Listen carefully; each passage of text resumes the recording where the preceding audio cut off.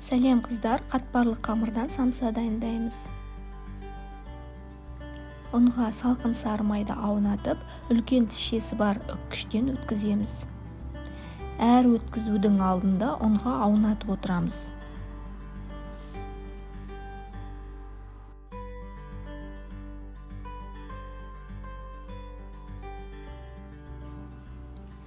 Үккіштен өткізілген сары маймен ұнды біріктіреміз, яғни түйіршіктер крошки дайындаймыз. Бөлек ыдысқа жұмыртқамызды саламыз, үстінен салқын су қосамыз, және бір ас қасық яблочный уксус қосамыз, жақсылап араластырамыз.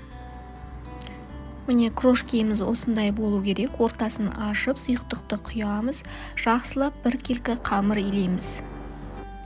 Тез-тез илеп, салафанға немесе пищевая пленкаға орап, бір түнге тоңазытқышқа қойып қоямыз. Егер асығыс болсаңыздар, 4 немесе 5 сағатқа қойып алсаңыздар болады.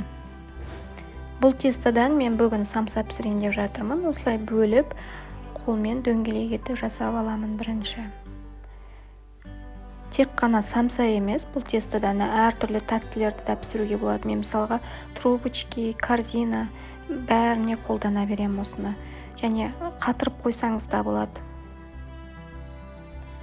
Осылай оқтаумен жаямыз дөңгелек етіп, салмасын саламыз.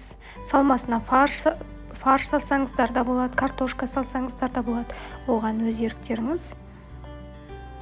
Осылай үш бұрыштап түйіп, дайындап аламыз бәрін. Егер де тестаны қатыратын болсаңыздар, онда оны жібіткен кезде холодильникте жібіткен дұрыс. Әйтпесе комнатный температурада қатты былжырап кетеді.